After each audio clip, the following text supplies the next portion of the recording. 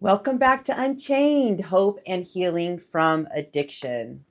And tonight, I'm so excited. Our guest is Roger Evans, and he'll be joining me here soon. And we're going to hear his exciting story tonight. And we begin this journey together with a brief, we began it, I should say, 2 nights ago with a brief overview of the series and Richie's story. And last night, we heard how to break the chain of dishonesty. Tonight, we continue this journey with learning the second breakthrough we must have to experience an unchained life.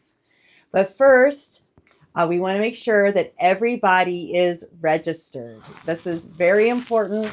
To register, please text Unchained to 534-444-7183. And even though you've done it before, we need you to do it again every night so we know who's watching tonight. Everyone's information is completely confidential and will only be used during this series. Once you've registered, you will receive a text each day reminding you of that evening's presentation. To enter the nightly giveaway, text Unchained to 534-444-7183. And I know I sound like a broken record, but it is really important that you register so we can continue to get the word out about our series. And we want to know who you are. We want to know who's watching each evening. And we're just excited that you're here. We love to know who's tuning in each night. And all this information will be used for our information so that we can know who's watching. We promise we're not going to spam you. Each night, we will be giving away, like I said, a signed copy of our speaker, Richie Halversen's book, The Darkness Will Not Overcome. But you have to text Unchained to the number on your screen to enter. So please do so. We would love to gift you with this. This lets us know again who is joining us that particular night. So register every night that you watch, and we hope you watch every night throughout our series. Last night, we had people join us from all over, and we would love to hear from where you are joining us tonight. Right wherever you're joining us from in the comments, and feel free to comment with things that you're liking, maybe questions, whatever. We have people from Spokane, Tennessee, Monroe, and beyond watching. So where are you from? We want to hear from you. And please make sure that you hit that like button and share button. This lets us know that this program is being beneficial to you. And we thank you in advance for doing that. Everyone struggles with addiction on some level. And we all know someone who either struggles with addiction or we know someone who knows someone who struggles with addiction. So please help us get the word out. It's very important to us, and we want to reach our community and beyond. So right now, we're going to invite Roger on over. Come join us, Roger. We're so excited that you're here. Thank you for being here with us. Welcome. Glad to be here. This is Roger Evans. So Roger, tell us a little bit about your background and when your struggle began. My struggle began when I was about 12 years old. I come from a broken home, and it lasted pretty much for 35 years, off and on throughout the years. There was many times God came in my life, and I had the opportunity to turn my life around, but I never really focused on why I had the addiction problem. So it took the opportunity to find out what was causing that addiction, and for God to break that chain is really, so 8 years ago, I went to a faith-based program, and I was there for 6 months, and really got into the depth of who I was and what was causing the addiction. And then when I left the program, I still was clean, but I had nowhere to go. I was still homeless, So I went to a shelter, local shelter, and there you have to be part of the working within the shelter. So they put me at the front desk, and And through that experience, I got to meet a lot of people that came through the doors, and I started hearing these stories, about, what they were struggling with. And I started talking with them, and it really gave me the passion, like, okay, maybe this is the direction I want to go in my life. Um, so when I left the shelter, I came back to Washington State, and I ended up in Monroe, and I've been in Monroe for about 7 years now. And for the last 6 years, I've just been trying to help give people the tools and help them through their addiction. And I'm very blessed to have that life. Yeah. So your addiction started at 12 years old. Yes, I broken home. My mom had an alcohol problem. A single mother, so she was never really there. So I was pretty much left to my own demise. Yeah. And then, so where would you say, because then you said that you had it since you were 12, you were struggling since you were 12, and then it was just 8 years ago. Yes. That was it at 8 years ago that you felt a turnaround? What would you say was your rock bottom where you were like, okay, I'm going to die if something doesn't change? I hit 50, and fentanyl started coming around, and, the lifestyle it got old, and it just, I knew there had to be something better in life. And actually during that time, I was working with a gentleman that went through the same program that I went through. And for about a year, he was telling me about this program, and, and I never told him I have a problem. People just know, and I really feel God put Chris in my life at that time because I needed something, and I didn't know what I needed, and really I didn't know where to turn. When you have an addiction problem, where do you go? Where do you turn? I mean, it's a lot different nowadays, especially here in Monroe. We have a lot more help than, even than when I got here, so I just got tired of being tired, not having a home, not having a life, not having real friends, that I could turn to like I have now. How long were you homeless? I was homeless off and on for 35 years. There was many times I had God put somebody in my life. Like at the age of 20, I met Joe and Marilyn, great couple, and matter of fact, they're the reason I'm here in Monroe. I just came here to their church one Sunday, just say thank you for never giving up, always praying for me, and then I started hearing about all the work that they're doing, their church was doing, and different churches, different nonprofits here in Monroe that are helping people. And I'm like, I can be a part of this. I can add value to this. And really, that's my recovery. It's just having a good church background and being able to help other people is my 12 steps, if you want to put it that way. So then going back 8 years ago, what would you say was the turning point? You kind of mentioned it briefly, but what was that turning point that got you on that road to recovery? That one's a hard one because that's really, I was at my sister's house and I woke up one morning and I heard her screaming, "I'm just gonna kill myself." And she was so out of it. I'm like, oh my gosh, that can't be me. I can't help her, but I can help myself because I can't help anybody. We can't help anybody until we help ourselves. So we have to help ourselves first.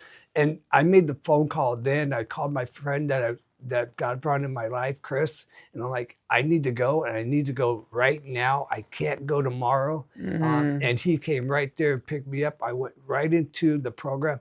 Really, and not knowing, I went there just to have a safe place to go, not knowing that, God was going to come into my life. And even when I was in the program, I struggled. It was like, because in the program you had Bible study 3 times a day, but you had to work, and I just struggled the whole time there for the first 2 months. And I woke up like 2 o'clock in the morning. I'm just like, I'm ready to leave because this is just not working. And I'm looking in the mirror, and God's like, you're here, but you're not here. You haven't surrendered your all. You haven't really heard what I'm trying to tell you. And right then and there, I just, okay, God, I'm going to just use me. I'm going to give this my all. And it was like an explosion went off in my head. Wow. And from then on, I mean, I could start, the verses that I was reading started making sense. And, things just got better. Life's never going to be perfect, but it's sure better. And so you never had any kind of relationship with God or spiritual background at all? I did a little bit, but there's a difference between going to church and going to church. That's right.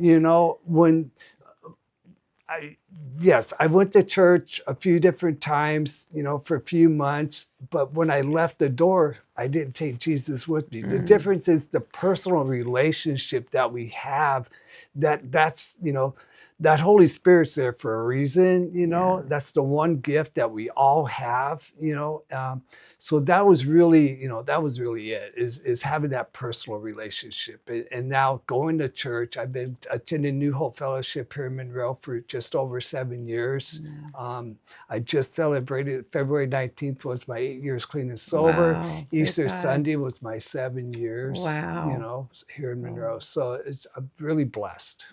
And you are doing some amazing things here, Roger. I mean, your name is known in the community of Monroe, all that you're doing to help people. And I'd love for our viewers to hear a little bit about how you are now using this renewed life to help other people. So share with us a little bit about that. Yeah, so the city of Monroe went out 2 years ago and got a contract.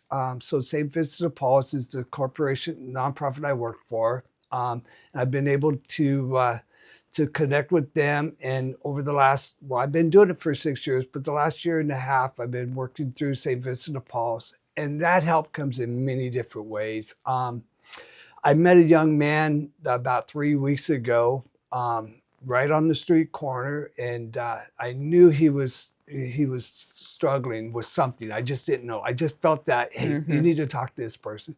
So I just went up to him and said, hey, my name's Roger. I don't know your story, but I'd love to hear it. Can I buy you a cup of coffee? Let's sit down and hear your story.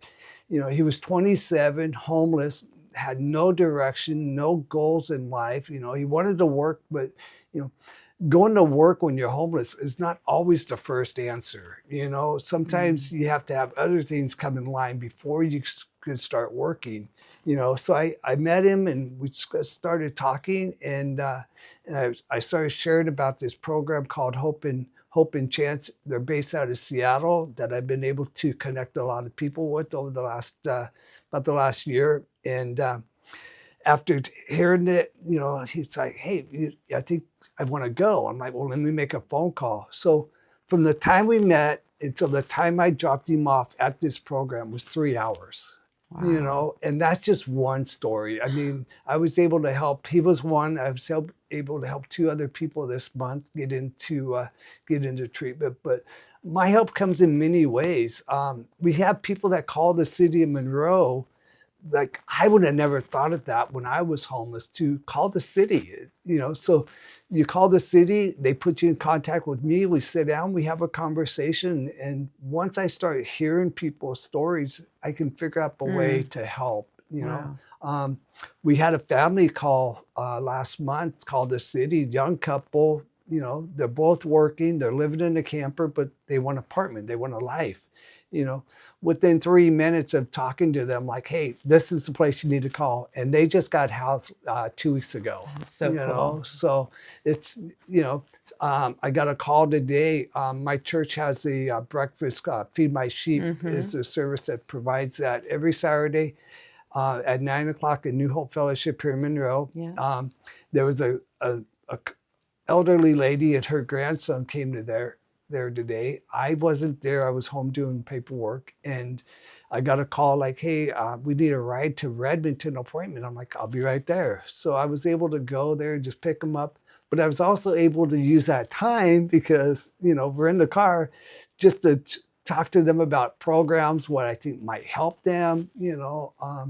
It's really connecting people with the right resources, for them to, to get the help. So it sounds like you're kind of like the connect the dot guy, It's like they have someone they can go to that knows the resources that they need. And that's what I hear a lot when I talk with people who are out helping the homeless. They say the biggest problem is they don't know where to go. They don't know, what the next step is. And so Right. it seems like you're kind of filling that gap. Well, Praise God. and really what brought that on here in Monroe is when I came to Monroe for just that one-time visit, I was staying at the homeless shelter in Everett.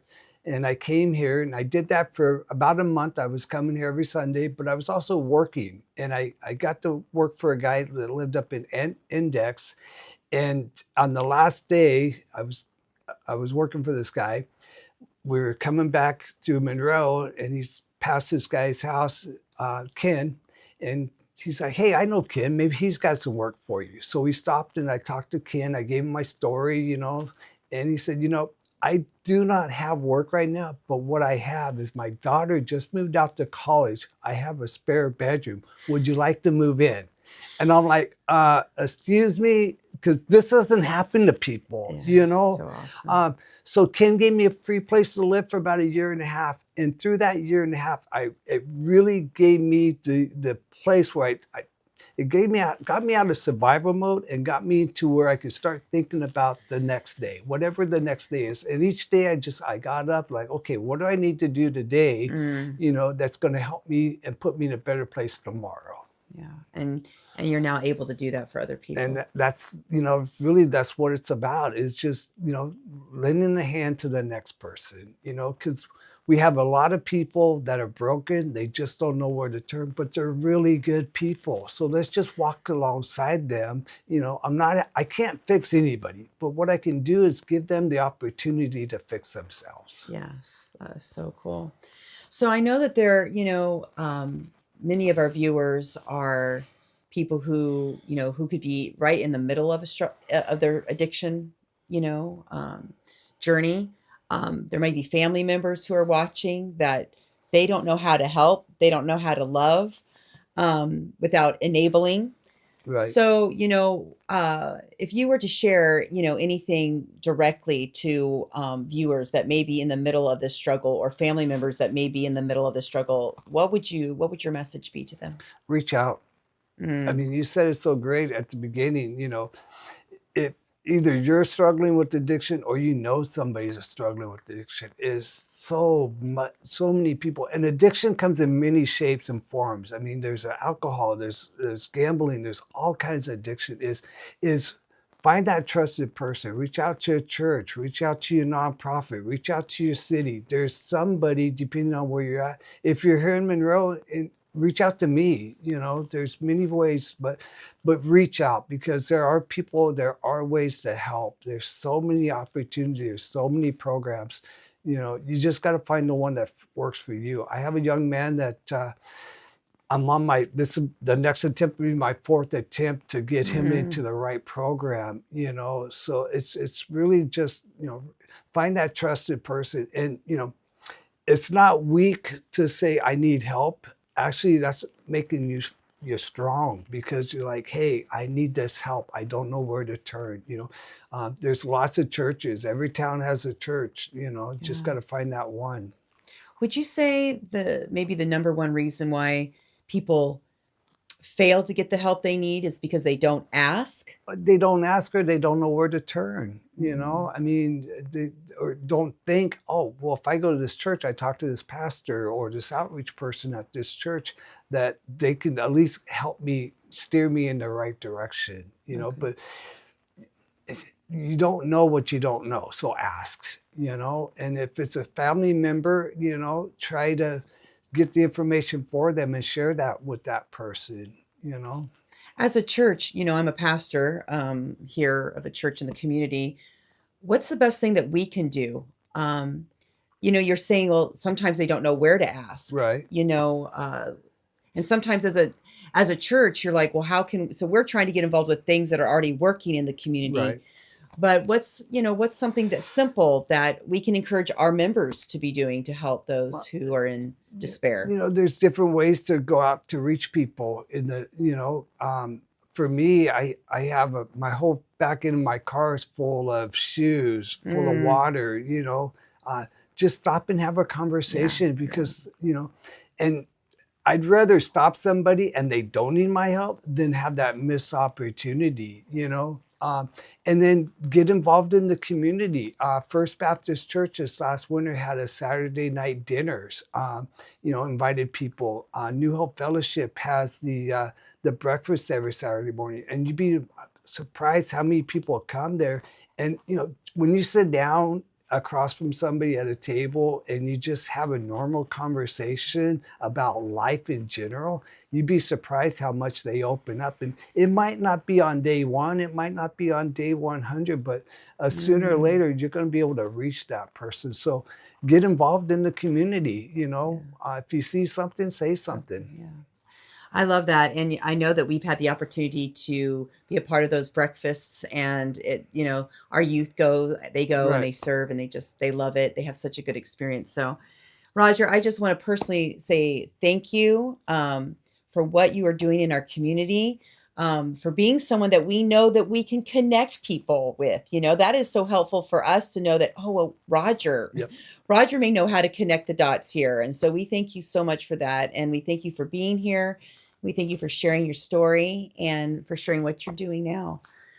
We are going to have the opportunity to ask questions of Roger. So write in the chat any questions that you may have for Roger personally, and we'll take those. And then at the end, after Richie's message, we'll come back. Roger will be with us, and he'll be happy to answer those. So right now, let's listen to Richie's message as we break the second chain, and which is going to be talking about, I believe, despair tonight. So Richie, you can take it away.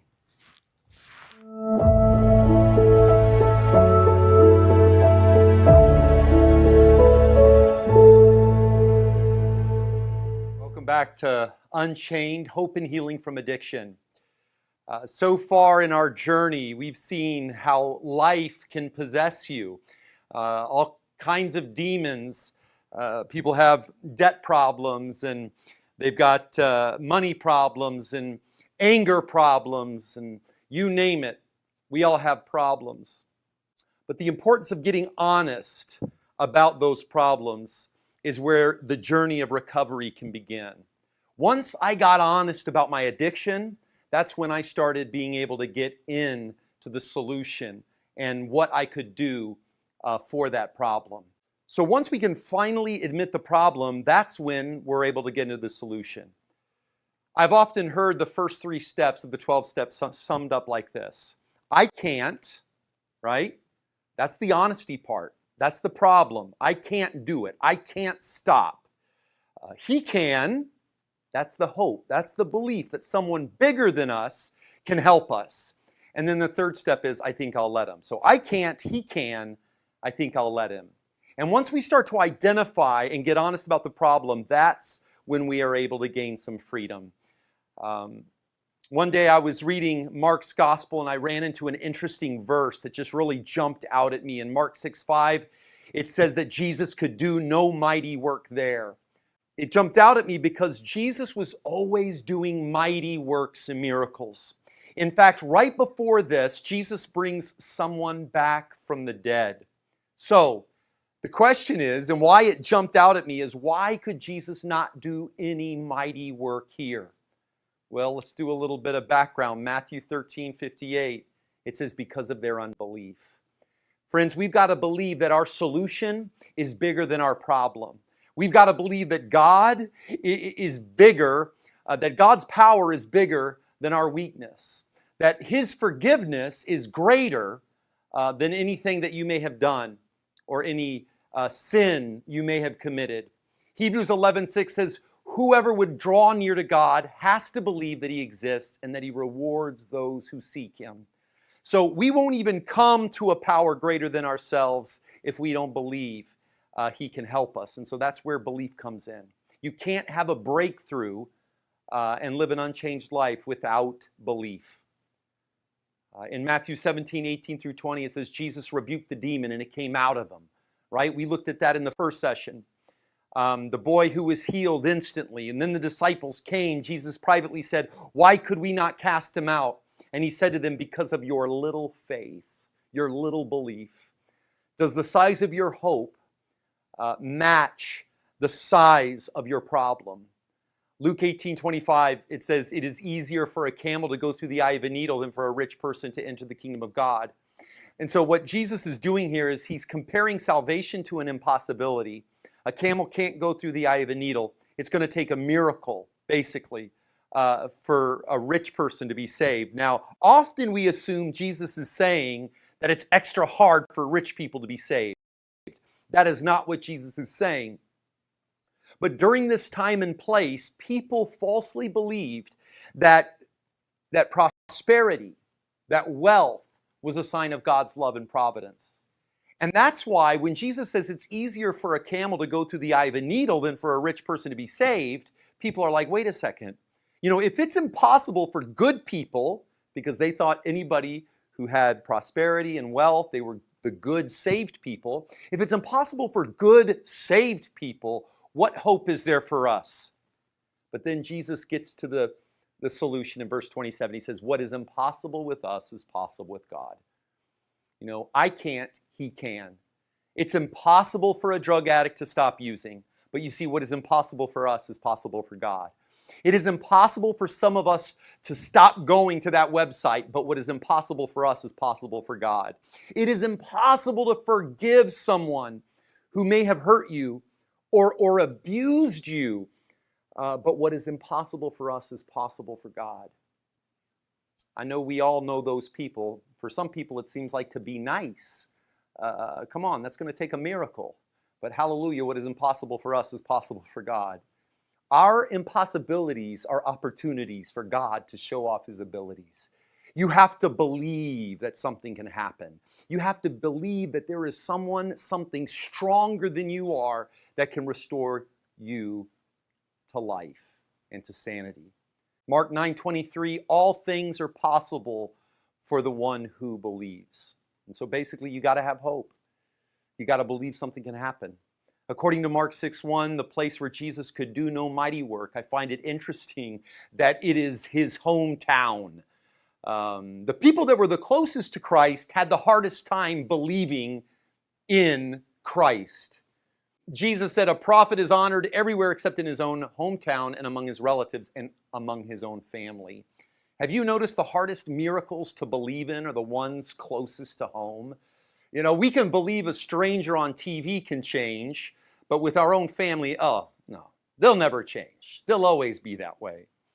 Sometimes it's hard to have hope in a neighborhood that we've always lived in a dysfunctional home we grew up in. It's hard to believe in a miracle with the people we work with and the spouse maybe we live with. It's hard to believe in a miracle with the familiar because all we've ever seen is dysfunction. It can be hard to believe that something can happen differently. And often people think, well, yeah, but Jesus was different. I mean, he was the Son of God, right? No. Jesus, this is what's so cool about the gospel. This is one of the most beautiful, fundamental, important realities of the gospel, and that is Jesus was not exempt from his own rules. He was, is, and always will be one of us. So if you've ever been ostracized by your family, well, so was Jesus. Have you been rejected by friends, talked about, laughed about? So was Jesus. In John 1:11, it says he came to his own and his own people did not receive him. You see, they couldn't believe that a miracle, the miracle of the Messiah, could show up in their town, in their time, in their family, and in their lives. And let's be real, often we don't believe a miracle can happen in our town, our family, and in our lives. Nathanael, one of the disciples, when he hears about Jesus, he makes this statement, you know, he didn't believe anything good could come out of Nazareth. Think about that. The greatest good to ever live came from a place no one believed anything good could come out of. And what's interesting about that is, according to John 21:2, Nathanael, the guy who says, can anything good come out of Nazareth? That guy, he lived and was from Cana.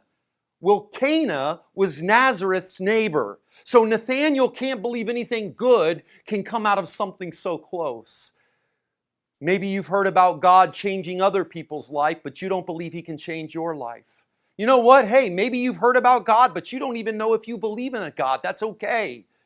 If you can just believe a little bit, if you can just open yourself up to this idea that, you know what, maybe there is someone stronger than me, outside of me and my insanity, that can restore me to a better way of life. Because friends, if you can believe it, I promise you God can do it. And if Jesus could come out of Nazareth, something good can come out of your bad situation. Something good can come out of your life. If Jesus could break through the history of Nazareth, Jesus can break through your family history too. Stop telling God what he can and cannot do. Stop telling him who he can and cannot save. Let me tell you, if God rescued me from opiate addiction and continually, daily, continues to change my life, then he can do it for you. John 7:5 says, not even Jesus' brothers believed in him. Those that were the closest to the miracle missed it the most. Mark 3:21 says that when his family heard it, they went out to seize him, for they were saying, this guy is out of his mind. Now, this word for seize means to control. And so Jesus' own family tried to come between him and his plan. Don't let anything come between you and God's plan for you. Don't let someone else's lack of belief get in your way. Don't let the chain of someone else's dysfunction hold you back. Mark 6:6 says Jesus kept on teaching. So even though this town, he could do no mighty work there, Jesus didn't get discouraged. He didn't give up. He just kept on teaching. You know, maybe you've tried to quit 1,000 times. Keep on trying. You know, maybe you tried to pray 1,000,000,000 times. Keep on praying. Keep on hoping. You may have gone to treatment 12 times already. Give it another try. If you want God to do a mighty work in your life, then you have to believe that God can do it. You got to believe that a miracle can actually happen. Regardless of how bad the situation may look, if you can believe it, there is a power that can set you free from the dysfunction or the addiction in your life. There's this neat story in the Bible where the father of an epileptic brings his son to Jesus. Mark 9:23 through 24, Jesus says to him, if you can believe, all things are possible to the one who believes. And in verse 24, immediately the father of the child cried out and said, I believe, help my unbelief. So he believed a little bit, but you know what? All he's ever known is his son who had a condition, who had an ailment, who had a struggle. All he knew was the problem. That's what he had only known. His son was born with this condition, and so that's all he knew. So he had a little belief, but he had a little bit more unbelief. And so he recognized, he got honest. You know what? I think I believe a little. Help my unbelief. If you just have enough belief to open yourself up to something new, there is a power that can restore you to sanity. I had recently been kicked out of a halfway house. This was towards the end of my addiction. I was living in my car. I had been in and out of treatment. I was on the verge of giving up. I couldn't go home for obvious reason. My wife couldn't trust me. My family couldn't trust me. Nobody could trust me. And I remember I was there living out of my car, and I had the opportunity to go to treatment. I had recently, the county sheriff had told me I had another warrant for my arrest, and that after Christmas I should turn myself in, because it was actually Christmas Eve. That I should probably turn myself in because after Christmas, because I was going to be going away for a little while. And so I had the opportunity of going to treatment, and I thought, well, go to jail, treatment, I think I'll go to treatment. And so I went to treatment, and I had been to treatment so many times before. I felt cursed. I felt like nothing was going to change. But I'll never forget it when I was in my car there, and I just felt completely spiritually, emotionally, mentally bankrupt. In the darkness, I heard God say, look, just believe. Just believe enough to try again. And I said, just like that father, I believe, but help my unbelief. And the little belief I had to give it another try was enough belief for the miracle to take place in my life. And that's when I started working that process of recovery, and my life began to be unchained from the addictions that I had dealt with for years. In 1 Corinthians 15:7, it says, after Jesus' resurrection, he appeared to James and then to all the apostles. Now, there are a number of people in the Bible named James, but most people agree that this is Jesus' brother, which gives me hope.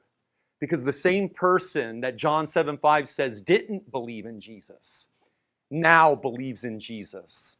He begins his letter in James 1:1. He says, James, a servant of God and of the Lord Jesus Christ.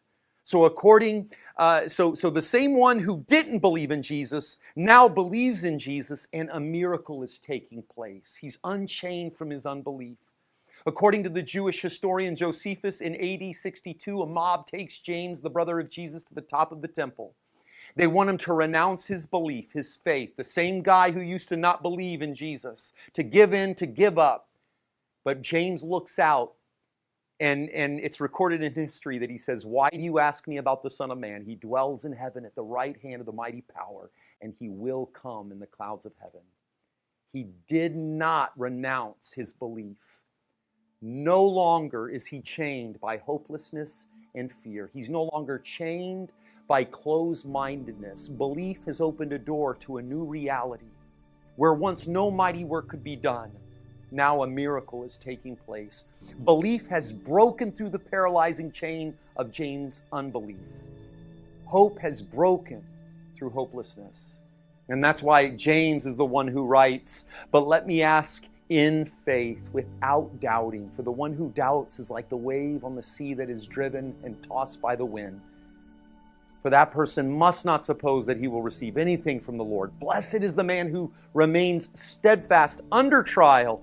For when he has stood the test, he will receive the crown of life, which God has promised to those who love him. Stop putting limitations on God's power. Stop getting in the way of your miracle. Don't let doubt and unbelief stop you. What is impossible for you is possible for God. Look at James, the brother of Jesus.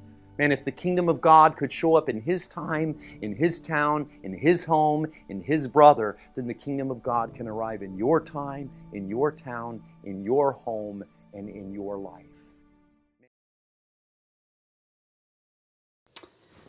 Wow, such a powerful message.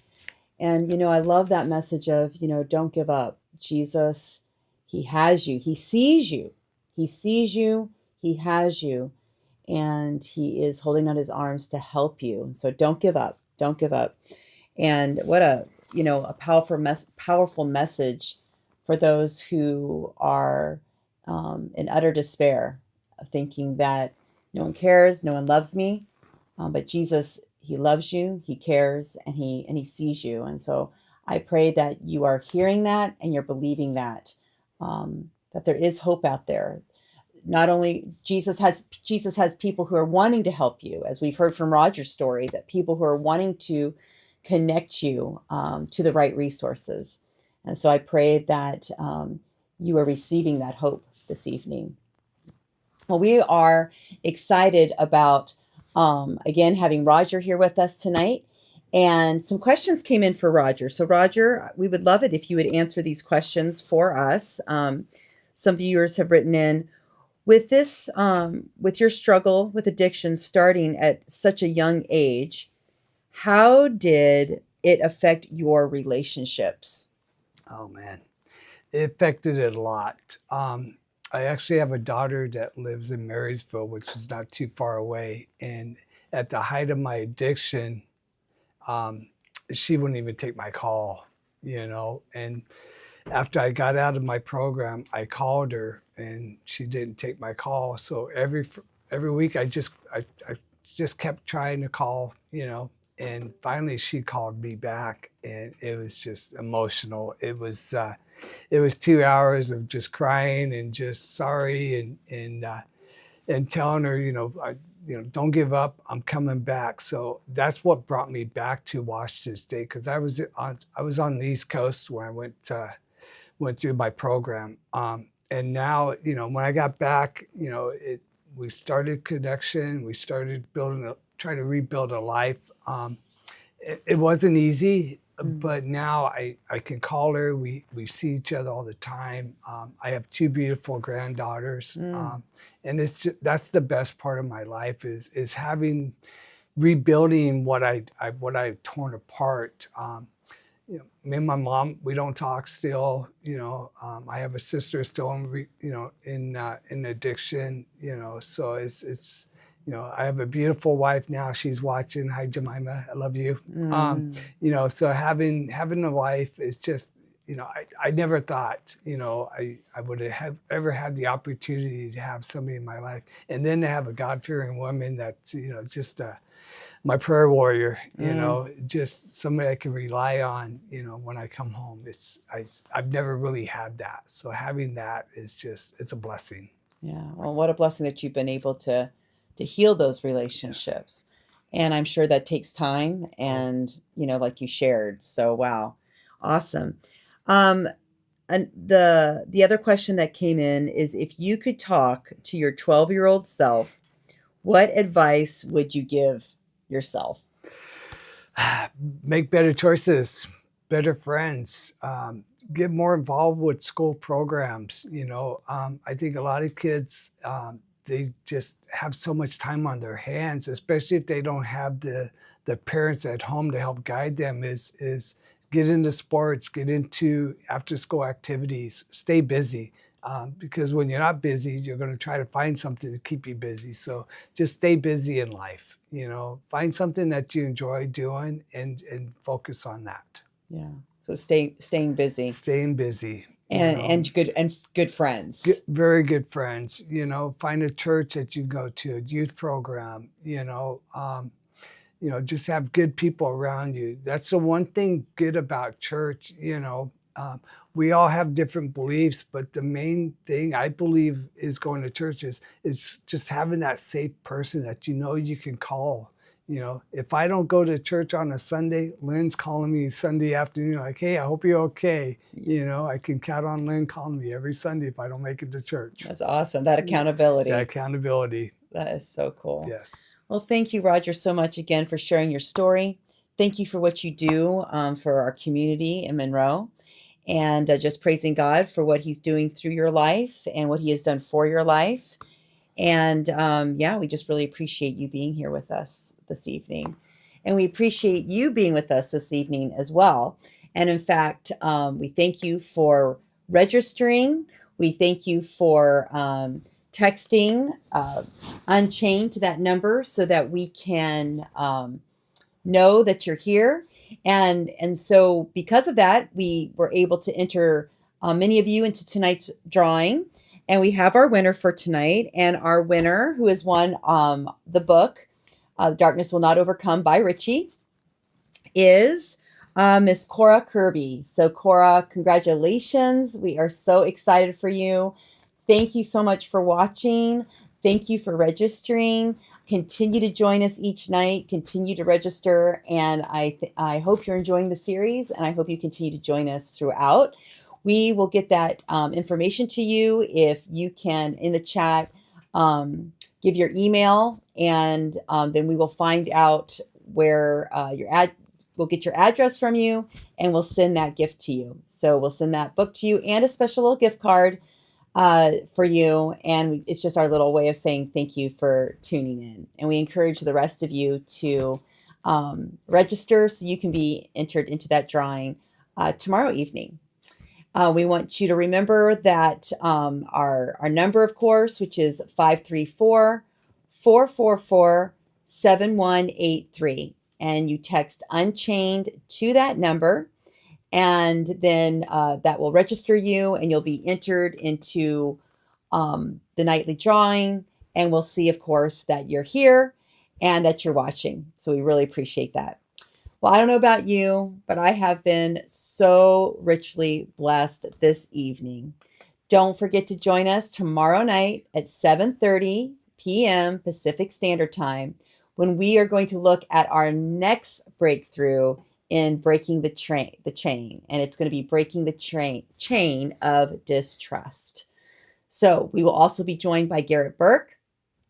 He will be our special guest, and he will share some of his story of breaking free from the chains that held him back. Before we close, we just want to share a few resources with you. We always share our emergency resources with you at the end, but we have here locally, Take the Next Step, which is in Monroe. Roger works closely with them, and then he also works for St. Vincent de Paul, and you can look them up. They have resources there, and they have a center in Everett. So those are just some more resources for you. We mentioned last night Seattle Union Gospel Mission and their website, ugm.org, and their number 206-501-HELP.